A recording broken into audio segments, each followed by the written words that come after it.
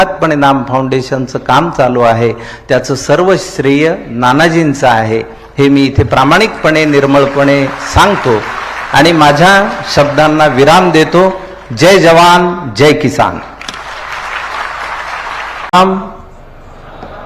मंचावर उपस्थित सर्व आदरणीय मान्यवर आणि आज पूर्ती सिंचन समृद्धी कल्याणकारी संस्थेच्या रजत महोत्सव निमित्त जमलेल्या सर्वांना जलरक्षकांना माझा मनापासूनचा रामराम। 25 वर्ष तामसवाडा पॅटर्नला पूर्ण झाली।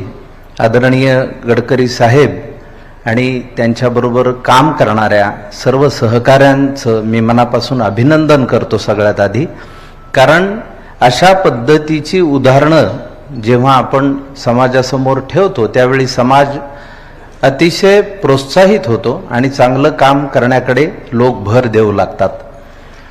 आम्ही पण गेली 10.5 वर्ष, या वर्षी 11 वर्ष पूर्ण होतील, आदरणीय नाना पाटेकर सरांच्या मार्गदर्शनाखाली नाम फाउंडेशन या संस्थेमध्ये काम करतो आहोत। तामसवाडा पॅटर्नवरून बऱ्याच गोष्टी डोळ्यासमोर आल्या गेल्या दशकभरातल्या, त्यामुळे त्याचा काही हिस्सा थोडक्यात धांडोळा घेणं महत्त्वाचं वाटलं। आम्ही इथे नागपूरजवळ 2016 मध्ये कोही टाकळी नावाचं एक गाव आहे, तिथला एक 70 एकरचा तलाव आमचे नागपूरचे एक मित्र प्रमोद पटवर्धन यांच्या मदतीने सुरुवातीला केला होता। आज त्या 70 तिथे टँकर लागायचा, पण आज 70 एकर तलावाचं काम झाल्यानंतर तिथली 250 एकर जमीन ओलिताखाली आली। आणि मगाशी गडकरी साहेब म्हणाले की जाहिरात करण्यासाठी लोक 1 रुपयाचं काम करतात, 10 रुपयाची जाहिरात करतात, किंवा 10 रुपयाचं काम करतात, 1 रुपयाची जाहिरात करतात। पण आमची जाहिरात करण्यासाठी एवढंच सांगतो की आम्हाला लोक भेटले की विचारतात तुमचं चालू आहे का अजून फाउंडेशन होते पाण्याचं काम, एवढीच आमची पब्लिसिटी आहे। पण गेल्या 10.5 वर्षामध्ये नाम फाउंडेशनने 2887 गावामध्ये तेवढ्याच वॉटर बॉडीजचं काम केलेलं आहे आणि जवळपास 23.9 TMC एवढा पाणी साठा उपलब्ध केलेला आहे। आणि हे सगळं याचं प्रमुख श्रेय आदरणीय नाना पाटेकरांना जातं, कारण 2015 मध्ये त्यांच्या संकल्पनेतून नाम फाउंडेशनचा जन्म झाला। नाम फाउंडेशननी विविध ठिकाणी, आता बऱ्याच जणांना असं वाटतं की नाम फाउंडेशनचं काम हे मराठवाड्यापुरतं किंवा विदर्भापुरतं मर्यादित आहे, ते तसं नसून चांदा ते बांदा असं नाम फाउंडेशनने काम केलेलं आहे। अगदी विदर्भातलंच फक्त सांगायचं झालं तर 374 ठिकाणी नाम फाउंडेशनने काम केलेलं आहे आणि चालू आहे विदर्भातल्या 10 जिल्ह्यांमध्ये। तसं चांदा ते बांदा आपण सगळं काम करतो आहोत। एवढंच नव्हे तर आपण महाराष्ट्राबाहेर सुद्धा काम बऱ्यापैकी उभं केलेलं आहे। त्यामध्ये काश्मीर, जम्मू काश्मीरमध्ये शाळांचे प्रश्न असतील किंवा लेह लडाखमध्ये आपण वॉटर ATMs तयार केलेले आहेत। हुतात्मा जवानांच्या पत्नींना त्यातून रोजगार मिळावा, त्यातून पैसे मिळावे या उद्देशाने आपण ते सुरू केलेलं आहे। आपण केरळामध्ये काम केलेलं आहे, मध्य प्रदेश, उत्तर प्रदेश, आसाम, सगळीकडे नाम फाउंडेशनचं काम सध्या चालू आहे। तर ही माणसांनी माणसांसाठी सुरू केलेली माणुसकीची चळवळ, एवढ्या साध्या स्तरावर सुरू झालेली चळवळ आहे आणि ती हळूहळू लोकांची झालेली आहे आणि लोक त्यातून स्वतःहून सहभाग। आता इथे कर्नल सुरेश पाटील साहेब बसलेले आहेत, त्यांच्या ग्रीन थंब नावाच्या संस्थेच्या बरोबरीनं आम्ही काम केलेलं आहे। खडकवासला धरणामधला गाळ पुण्यामधला आम्ही काढला आणि 55 मीटरच्या पेरीफेरीमध्ये सगळी माती तिथे टाकून एक छान असं झाडं लावली आणि आज तिथे इतकी बायोडायव्हर्सिटी आहे, पक्षी येतात, मधुमाशा येतात, प्रेमी जीव पण येतात। कोणाला खात्री करून घ्यायची तर त्यांनी खडकवासला डॅमच्या 55 किलोमीटर पेरीफेरीत एक परिक्रमा करावी, म्हणजे त्यांनाही ते लक्षात येईल। तर मुळात काम सुरू केलेलं आहे, पाण्याविषयीचं काम आहे, पण मूळ प्रश्न असा आहे की या देशामध्ये राहणाऱ्या शेतकरी बांधवाला न्याय मिळणं ही त्यातली सगळ्यात महत्त्वाची गरज आहे। आज एवढं काम करत असताना सुद्धा विदर्भामध्ये शेतकऱ्याला जर आपली किडनी विकावी लागत असेल कर्जापोटी आणि कांद्याच्या दराला जर मार्केट मिळत नसेल शेतकऱ्याला, तर त्याच्यासारखं दुर्दैवी गोष्ट नाही। आपण काय आपण आपल्या कामाचं कौतुक किती करणार आणि कुठपर्यंत करणार, पण ही एकल मंडळी जी आहे, ज्यांच्या त्या समस्या आहेत त्यांच्यापर्यंत पोहोचणं हे आपल्या सगळ्यांचं आद्य कर्तव्य आहे असं मी मानतो.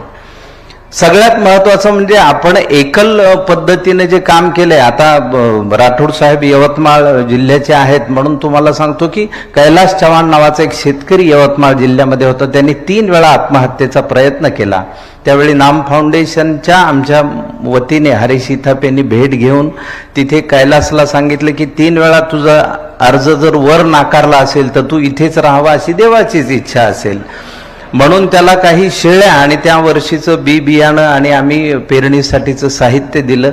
आज त्याच्याकडे 50 पेक्षा जास्त शेळ्या आहेत आणि तो अतिशय चांगला शेतकरी आहे.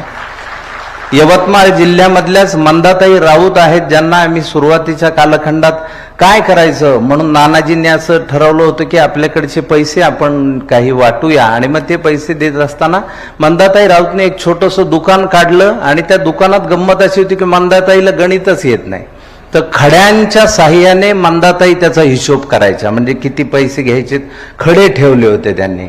आज त्यांना दुकानदार म्हणून तिथे ओळख आहे. ही यवतमाळ जिल्ह्यामधलीच घटना आहे. महत्वाच्या गोष्टी सांगायच्या जेव्हा सामूहिक प्रयत्न होतात त्यावेळी त्याचं रूप मोठं होतं. लोकसहभाग हा खूप महत्वाचा आहे. मी पुसदमध्ये एका नाट्यप्रयोगासाठी गेलो आणि सकाळीच नाटकाच्या बसमधनं उतरलो. आता आमचा नाटकाचा प्रवास रात्रभर एका गावाहून दुसऱ्या गावावर, मी काय आपला असाच बिना आंघोळीचा आणि तोंड न धुतलेला असा उतरलो आणि पुसदमधली काही मान्यवर मंडळी छान ड्रेस घालून मस्त बुके बिके घेऊन उभी होती माझ्या स्वागतासाठी. तर मी त्यांच्याकडे बघितलं नाही गेलो. मग ते नाराज झाले.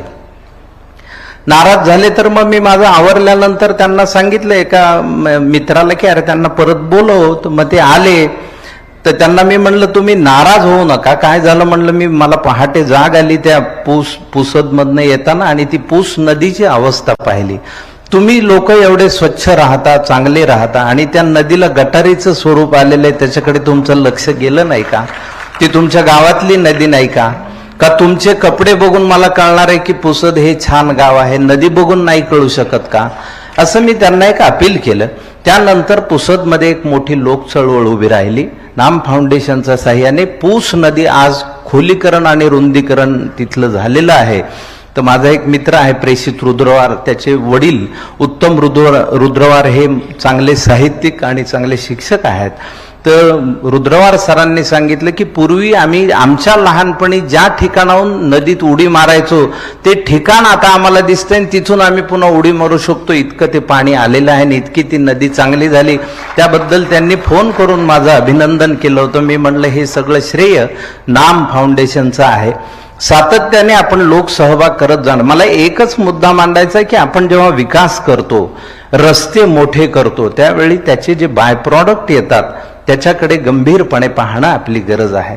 जेव्हा रस्ते वाढतात त्यावेळी त्याच्यावरच्या गाड्या वाढतात, अपघाताचं प्रमाण वाढतं, प्रदूषण वाढतं. या सगळ्या गोष्टींकडे आपण बारकाईनं पाहणं ही गरजेची गोष्ट आहे. निसर्गाचं आपण ऐकत नाही आहोत. अलीकडच्या काळात आता मोकळेपणाने लोक कमिशन आणि टक्केवारीवर राजकारणातल्या बोलायला लागले जाहीर याच्यातनं. याचं आम्हा नागरिकांना खूप कौतुक वाटतं, त्याबद्दल आम्हाला काही हे नाही.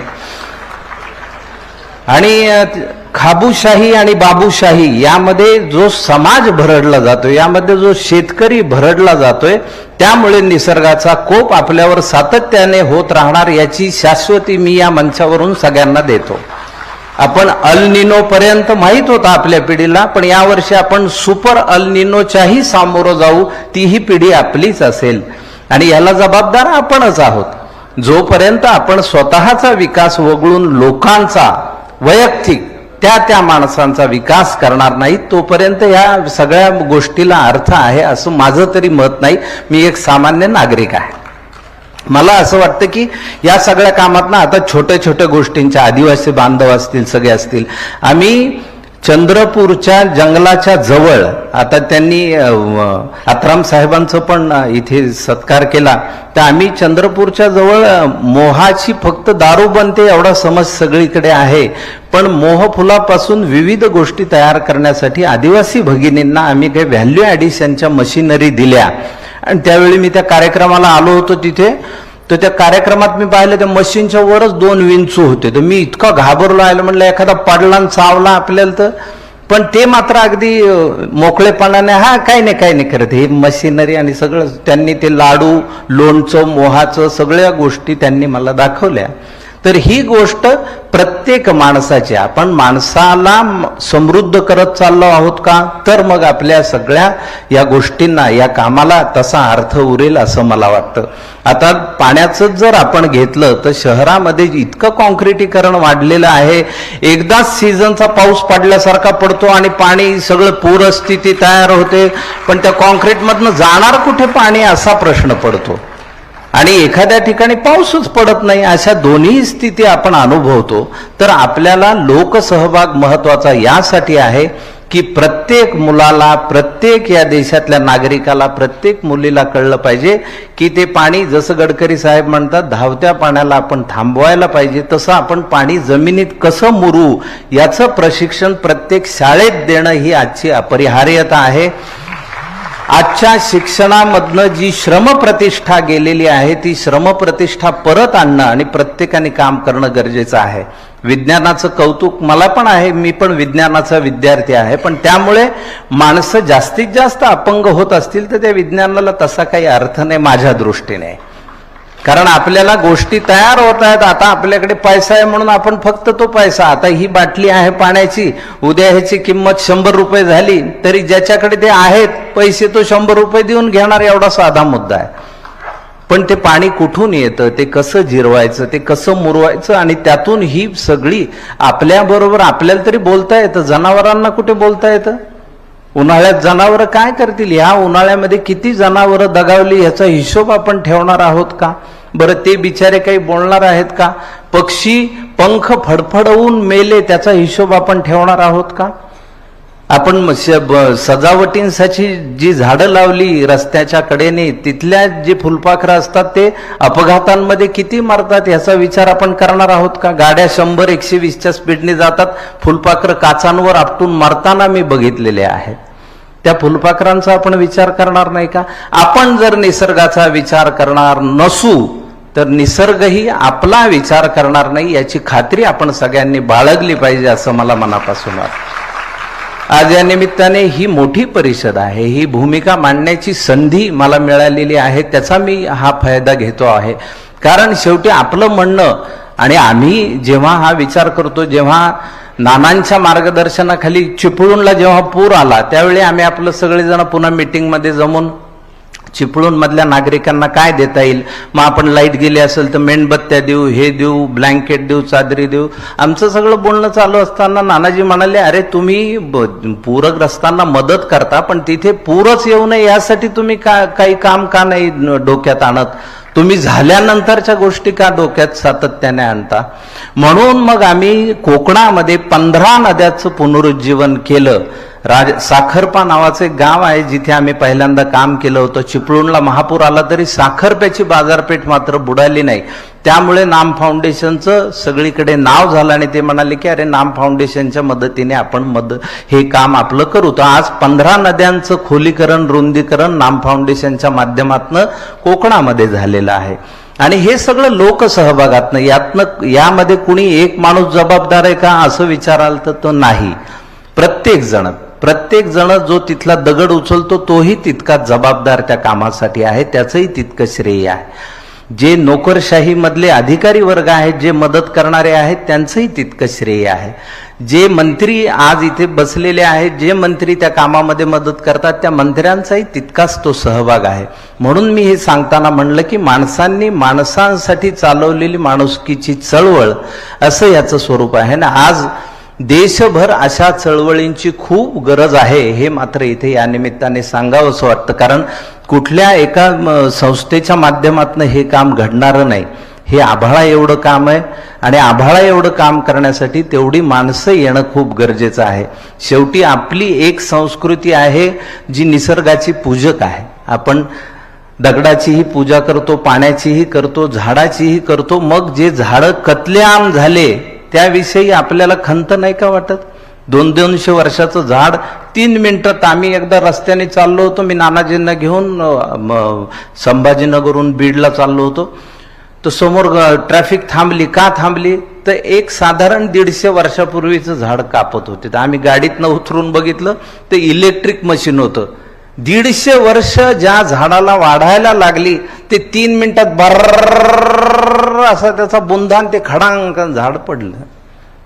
नुसतं झाड पडत नाही, त्या झाडाबरोबर त्याची संस्कृती सुद्धा पडते. त्यावर जे पक्षी राहत असतील त्यांची घरटी उद्ध्वस्त होतात. त्याखाली जे पाणथस्त सावलीसाठी थांबत असतील त्यांची संस्कृती उद्ध्वस्त होते. ती फळं खाणारी जी पिढी असेल ती पिढी उद्ध्वस्त होते. एवढ्या सगळ्यांचं नुकसान आपण करतो. म्हणून आज आपण आपल्याकडे, मी आज जिवंत आहे म्हणून मला काय करता येईल.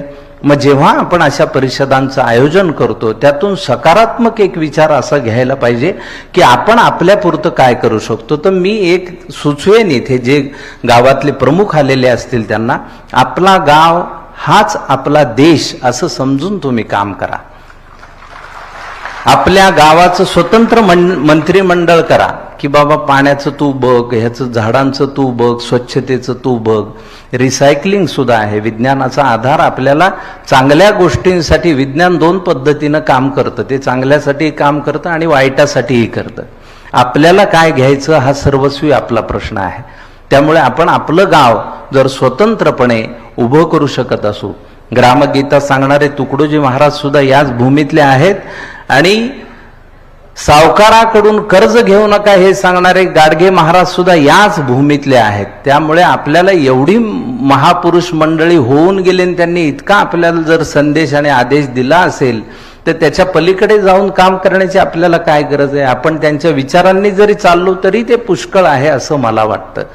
आज या कार्यक्रमाच्या निमित्ताने आपण सगळे जलसंवर्धक लोक, पाण्याविषयी विचार करणारे लोक, आज नद्या प्रदूषित झालेल्या आहेत. आपण नदीला आई म्हणतो आणि सगळ्यात प्रदूषण आपणच करतो. गडकरी साहेबांनी मगाशी बोलताना सांगितलं की त्यात आता अस्थी टाकू नयेत, त्यात आता मृतदेह टाकू नयेत, यासाठीचे प्रयत्न. नदी ही आपली जर आई असेल तर तिला स्वच्छ ठेवणं हे सुद्धा आपलंच काम आहे. आम्ही पूजा केली, त्याचं सगळं उरलेलं नदीतच टाकलं. आम्ही गाड्या नदीतच धुतल्या, आम्ही जनावरं नदीतच धुतले, आम्ही प्रातर्विधी नदीतच उरकले. तर त्याच्यापेक्षा नदी स्वच्छ होऊ शकते का? आपला जलसाठा अतिशय चांगला होऊ शकतो का? तुम्ही जर बघितलं तर नद्या बुजवण्याचं काम शहरांमध्ये किती मोठ्या प्रमाणात चाललेलं आहे. त्याचं साधं उदाहरण मुळामुठेचं देता येईल. 26 जुलैचा मोठा पाऊस मुंबईत झाल्यानंतर मिठी नदी आहे हे मुंबईतल्या म्हणजे अर्ध्यापेक्षा जास्त लोकांना त्या दिवशी कळलं की मिठी नदी आहे मुंबईत. कुठे आहे? तर कुठायचं काय, तिथं ते नालाच झाला होता मिठीचा. तर शहरातल्या नद्यांचं काय आणि तिथे राहणाऱ्या लोकांचं काय? उद्या तुम्हाला पैसे आले म्हणून तुम्ही पाणी एका टप्प्यापर्यंतच विकतच घ्याल. आज दुष्काळ आहे म्हणून टँकर माफियांची चलती चालेल, पण जेव्हा पाणीच नसेल त्यावेळी आपण काय करणार आहोत? त्यावेळी त्या पैशांचं काय करणार आहोत? मला ऑक्सिजन विषयी सुद्धा अलीकडच्या काळात ही भीती वाटू लागलेली आहे. आपण जर सगळीच झाडं तोडून टाकली आणि आपल्याला ऑक्सिजनच नसेल तर ते पैसे काय करणार आहेत आपल्याला? ऑक्सिजनचे टँकरचं वजन घेणारे सुद्धा माणसं नसतील. श्रीमंत माणूस, साधी गोष्ट आहे, जो श्रीमंत आहे, अति धनाढ्य आहे, त्याला 100 किलोचं पोतं उचलता येत नाही आणि ज्याला ते विकत घेता येत नाही त्याला ते उचलता येतं. एवढा निसर्ग नियम साधा आहे. पण उद्या जर ऑक्सिजनचं असं सुरू झालं तर आपण करणार काय? ते टँक घ्यायला माणूस तर पाहिजे शेजारी. यार मला 1 सिलेंडर मोठा लागतो रे, आणि तो बरोबर घ्यायला माणूस तर पाहिजे तुम्हाला. तर आपण माणसांना माणसासारखं वागवणं जोपर्यंत सुरू करत नाही तोपर्यंत आपल्या कुठल्याही बोलण्याला आणि कुठल्याही गोष्टीला अर्थ नाही. शेतकरी जर ह्या देशाचा त्राता असेल तर त्याला आपण तेवढी आपण जर सत्ता दिली नाही, त्याच्या हातात तेवढं जर आपण उत्पादन देत नसू. साधा मुद्दा आहे. एखादं, मी नेहमी म्हणतो की टिकलीचं पाकिट बनवणाऱ्याला विचारलं काय करतो, तो म्हणतो बिझनेस आहे माझा. आणि धान्याच्या एका दाण्याचे हजारो दाणे करणारा शेतकरी बिझनेसमन कसा नाही, हा प्रश्न का नाही पडत आपल्याला? आणि त्याला त्याचे पूरक पैसे का देता येत नाही, हाही प्रश्न. जोपर्यंत तो सधन संपन्न होणार नाही, आणि त्याची काही फार डिमांड नाहीये, फार साधा मुद्दा आहे हो. प्रत्येकाचं गोष्ट एखाद्याला जर 250 रुपये आमच्या नाटकात असतं, 250 रुपये नाईट असली आणि प्रोड्युसरने एखाद दिवशी 350चं पाकिट दिलं तर त्याच्या डोळ्यात पाणी येतं. तो म्हणतो हो हे जास्त आले तो साहेब पैसे, नाही आजपासून तुला 350. हे आपण शेतकरी बांधवाच्या बाबतीत का नाही करत आहोत आणि त्यांचा तो अधिकार नाही का, हा प्रश्न पडलेले आम्ही मंडळी आहोत. म्हणून गेली 10.5 वर्ष आम्ही अव्याहतपणे हे काम करतो आहोत.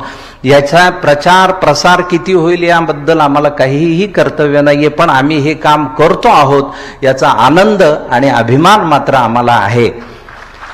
आणि ह्या निमित्ताने एवढंच सांगेन की या देशामधले सर्व शेतकरी सधन संपन्न व्हावेत, ह्या बातम्या बंद व्हाव्यात. विदर्भामध्ये 10,000 शेतकऱ्यांनी आत्महत्या केली, ही बातमी काही फार चांगली नाहीये. आपल्यासारखीच माणसं, आपल्यापेक्षा कमी वयाची माणसं जेव्हा जीवनाला कंटाळतात आणि जीव देतात, जीव देताना कुणाला सहज रस्त्यात बेडूक जर दिसलं त्याच्यावर जर आपला पाय पडत असेल तर ते जीव वाचवण्यासाठी टुनकन उडी मारतं. आणि मग स्वतःहून आत्महत्या कुणाला कशी करावीशी वाटत असेल, त्याची कारणं शोधण्यापेक्षा त्या कारणाच्या मुळाशी आपण जाऊ शकतो का, आपण सगळे मिळून जाऊ शकतो का, लोक सहभागातून जाऊ शकतो का, तर हो जाऊ शकतो. तर आपण ह्या प्रश्नाला थेटपणे भिडूया, जलसंवर्धन करूया. जलसंवर्धन झालं की काय होतं, एखाद्या गावामध्ये आम्ही एक भोरडी नावाची नदी आहे, भोरडीन सदा कोरडी असं म्हणजे जालना जिल्ह्यात आहे, भराडखेडा नावाच्या आहे, भोरडीन सदा कोरडी. तर आम्ही तिथं पाण्याचं काम केलं 2017 मध्ये. त्यानंतर तिथली जवळपास 300 एकर शेती बागायती झाली. आणि आधी तिथून समृद्धी महामार्ग जात होता, त्यांनी बघितलं तर ते म्हणले अरे इथं कोरडवाहू शेती आहे. त्यानुसार त्यांना ते काहीतरी 10 लाख रुपये एकरी असं काहीतरी ठरवलं. पण आमचं हे काम झाल्यानंतर ते म्हणले नाही आमची बागायत शेती आहे. नाही तुमची बागायती कुठे, येऊन बघा. त्यांनी बघितलं तर बागायती होती. मग 10 लाख वाल्याला 30 लाख रुपये मिळाले एकरी. नुसतं एक काम केल्याचा एक साईड वाईज एक बाय प्रॉडक्ट आला. आज त्या भोरडीच्या तुम्हाला कोणालाही खात्री करून घ्यायची तर ह्या उन्हाळ्यामध्ये भराडखेड्याला जा आणि भोरडी नदी बघा. आजही तिथं उन्हाळी पिकं सुद्धा घेतली जातात. तिथल्या बागा फुललेल्या आहेत, फळबागा. आणि आज तिथे काय झालं की जिथे गावामध्ये 2 गाड्या होत्या तिथं ते म्हणतात आता गावोघरटी गाड्या झालेल्या आहेत. मुलं शिक्षणाला तालुकाच्या ठिकाणी आम्हाला पाठवता येत आहेत. गावात जोडधंदा, पशुधन वाढलेला आहे. एका नुसत्या पाण्याच्या कामाने इतक्या गोष्टी घडतात. तिथली इकॉनॉमी बदलती, तिथल्या माणसांचं माणूसपण बदलतं आणि ती रॉयल्टी पुन्हा शेतकऱ्याकडे यावी यासाठी अविरतपणे धडपड करणारी आमची नाम फाउंडेशन ही संस्था आहे. अशा अनेक संस्था खूप आपापल्या पद्धतीनं चांगलं काम करतात. त्या सर्वांना सुद्धा मनापासून सदिच्छा, शुभेच्छा. आज जरी आशेचा किरण दिसत नसला तरी उद्या सूर्योदय मात्र तुमच्याच कामावर होणार आहे याची खात्री मनाशी बाळगा. अशा सदिच्छा, शुभेच्छा देतो. तामसवाडा पॅटर्न आणि आदरणीय गडकरी साहेबांचं जे व्हिजन आहे ते ज्या पद्धतीनं बोलतात किंवा ज्या चांगल्या पद्धतीनं गोष्टी मांडतात त्याचं इम्प्लिमेंटेशन सर्व बाकीच्यांनी करावं असं फार मनापासून वाटतं. तेवढ्या समंजस असणाऱ्या मंडळींनी तरी करावं असं वाटतं. आणि त्यातून गावोगावी तामसवाडा पॅटर्न फुलावा अशा सदिच्छा, शुभेच्छा देतो. आणि मला इथं बोलून मनोगत व्यक्त करण्याची संधी दिली त्याबद्दल आभार मानतो. खरं तर आम्ही विदर्भातल्या 10 जिल्ह्यात काम करतो. आज इथे आमचे पद्मश्री परशुरामजी खुणे साहेब आले असतील. झाडीपट्टीतला हा एक खूप मोठा कला आहेत का खुणे साहेब? हो झाडीपट्टी, आवाज द्या ना. मग आहेत नेमके आताच गेलेत, त्यांना सांगा मी नाव घेतलं म्हणून.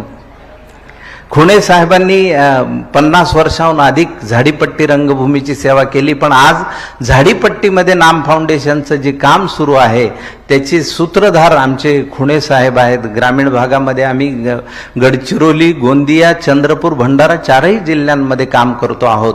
त्याची सुरुवात आम्ही खुणे साहेबांना विनंती करून केली होती. तर मला असं वाटतं की आपण एकत्र येऊन जेवढं काम करू शकतो आणि जेवढी ही सकारात्मक गोष्ट करू शकतो. बघा हे परशुराम भाऊ आले तर त्या झाडीपट्टीतलं काम ह्या आमच्या विदर्भातल्या पद्मश्री कलावंतामुळे सुरू झालेलं आहे. आणि मला असं वाटतं की आपण सर्वांनी जे जे गावागावांमधले हिरो आहेत, रील हिरोंपेक्षा रियल हिरोंना सामोरं आणण्याचं काम या समाजानं करावं.